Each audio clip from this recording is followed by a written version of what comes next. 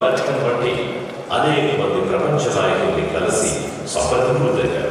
ఉపరాష్ట్రపతిగా వెంకయ్య నాయుడు గారి ప్రస్థానం విజయవంత రాజ్యసభలో ప్రదర్శించగలిగారు. ఉపరాష్ట్రపతిగా ప్రోటోకాల్ సడలించి దేశమంతా విస్తృతంగా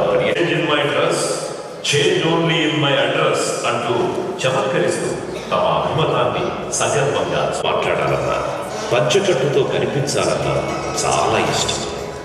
తెలుగులో మాట్లాడితేనే గౌరవం ఉంటుంది. ఉండే తడిలో తెలుగు మన పరుగుల సడి. దేశ విదేశాలలో పర్యటించిన పంచకట్టుతోనే కనిపించేవాడు.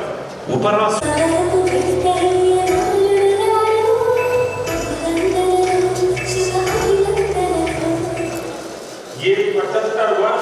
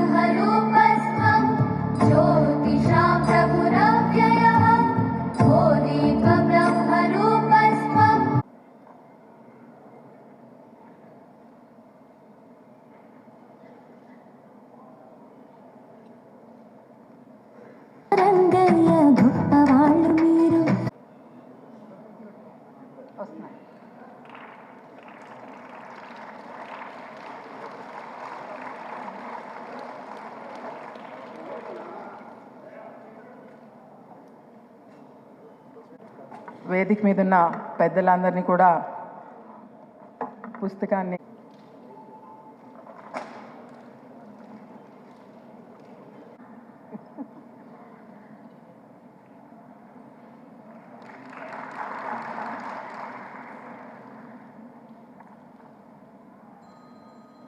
కోరుతున్నాం.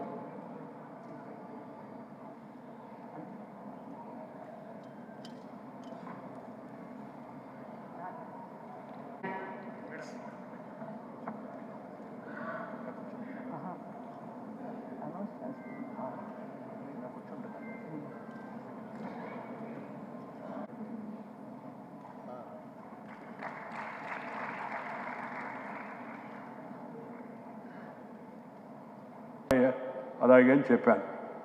చక్కగా రాశాడు పుస్తకాన్ని. నేను కూడా చదివాను పైనుంచి కింద వరకు. చక్కగా రాశాడు. మన అందరి తరఫున మా శర్మ గారిని నేను హృదయపూర్వకంగా అభినందిస్తున్నాను. భాష,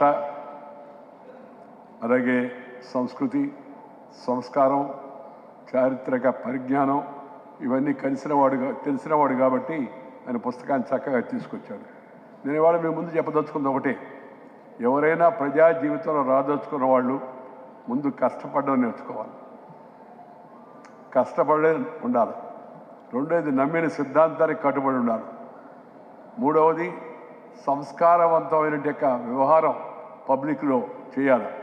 పబ్లిక్లో కానీ, శాసనసభలో కానీ, పార్లమెంట్లో కానీ సంస్కారవంతంగా ఒకరికొకరు ప్రత్యర్థులమే కానీ మనం శత్రువులం కాదు. ఏ పార్టీలో ఉన్నా అందరూ ప్రత్యర్థులే కానీ శత్రువులు కాదు. ఈ సిద్ధాంతాన్ని నమ్మి దాన్ని ఆచరించి నేను అటు రాజ్యసభలో కూడా అదేవిధంగా ఉండడం వలన అన్ని పార్టీల సభ్యులు రాజ్యసభ చైర్మన్గా నేను పదవి విరమణ చేసినప్పుడు అందరూ చాలామంది మనస్ఫూర్తిగా మాట్లాడారు. అన్ని పార్టీల వాళ్ళు, ఇంక్లూడింగ్ కాంగ్రెస్ మల్లికార్జున ఖర్గే గారు కూడా. నేను విమర్శలు చేస్తూ ఉంటాను, ఒక్కోసారి పొద్దునైన విమర్శలు కూడా చేస్తాను. కానీ ఎప్పుడు ఇంగ్లీష్లో ఒక సామెత ఉంది, హిట్టింగ్ బిలో ద బెల్ట్ అని. హిట్టింగ్ బిలో ద బెల్ట్ అని చెప్పని ఒక సామెత ఉంది. అంటే వాడిని వ్యక్తిగతంగా దూషించడం, అపశబ్దాలు వాడడం, ఆ పని ఎప్పుడు చేయలేదు. శాసనసభ ఉందంటే నలపరెడ్డి శ్రీనివాసరెడ్డి గారు ఎమ్మెల్యే ఉండేవాడు. ఆయన ఆయన ఉదయం 8 గంటలకు వచ్చి 1 గంట దాకా కూర్చునేవాడు. నేను కూడా ఉదయం 8 గంటలకు వచ్చి 1 గంట దాకా కూర్చునేవాడిని. అలవాటు అయిపోయింది. ఆ విధంగా అలవాటు అయిపోయి చిన్న వయసు ఉన్నప్పటికి కూడా అటు పుచ్చలపల్లి సుందరయ్య గారు, అలాగే గౌతు రచ్చన్న గారు, ఓంకార్ గారు, రేపాలు గారెడ్డి గారు మేము ఉంటే మేమిద్దరం కలిసి అసెంబ్లీలో ప్రభుత్వాన్ని నిలదీశాం. కొంతమంది అంటారు మాకు హోదా ఒకరిస్తే రాదయ్యా, హోదా ఎవరికి ఒకరిస్తే రాదు, ప్రతిపక్ష హోదా హోదా అని. మా పార్టీకి నేను ఉన్నప్పుడు ముగ్గురు ఎమ్మెల్యేలు ఉన్నా కూడా అసెంబ్లీ మొత్తం స్తంభించిపోయేది కొద్ది రోజులు. ఒక్కోసారి ఒక్కొక్క విషయంలో బాగారెడ్డి గారి సిమెంట్ కుంభకోణంలో నేను మిత్రుడు జైపాల్ రెడ్డి ప్రభుత్వాన్ని నిలదీస్తూ ఉంటే సంఖ్యాబలం తక్కువ ఉన్నా కూడా ప్రభుత్వం తలవంచక తప్పనిసరి పరిస్థితి కనిపించేవాడు. అది ప్రజాస్వామ్యానికి అసలైన అర్థం. ప్రతిపక్షంలో సంఖ్యాబలం కాదు, మనం చెప్పే విషయంలో నాణ్యత ఉందా, చెప్పే విషయంలో వాస్తవం ఉందా, చెప్పే విషయం సమాజానికి ప్రతిబింబంగా ఉందా అని తెలుసుకోవాల్సిన అవసరం ఎంతో ఉంది. అందుకని రాజకీయాలకు రాదలుచుకున్న వాళ్ళు యువత రండి, అవసరం కూడా ఉంది. కానీ నమ్మిన సిద్ధాంతానికి కట్టుబడి ఉండండి, క్రమశిక్షణతో వ్యవహరించండి, సంస్కారవంతమైన రాజకీయాలు చేయండి. అది నేను యువతరాని వాడు కోరుకునేది. కులం పేరుతో, మతం పేరుతో, వర్గం పేరుతో, వర్ణం పేరుతో, జిల్లా పేరుతో, భాష పేరుతో జనాన్ని చీల్చే ప్రయత్నాలు చేస్తున్నారు. చిన్న చిన్న విషయాల్లో కూడా కులం ఆపాదించి పెద్ద వాళ్ళందరినీ దాంట్లో అనవసరంగా వాళ్ళని ఇరికిచ్చే ప్రయత్నం చేస్తున్నారు. ఇది ఏమాత్రం కూడా ప్రజాస్వామ్యానికి మంచిది కాదు. ఆ వ్యక్తి యొక్క character, calibre, capacity and conduct దాన్ని చూసి మనం ఓటు వేయాలి. అంతేకాని క్యాస్టు, క్రిమినాలిటీ, క్యాషు, కమ్యూనిటీ వాటి చూసి ఓటు వేయకూడదు.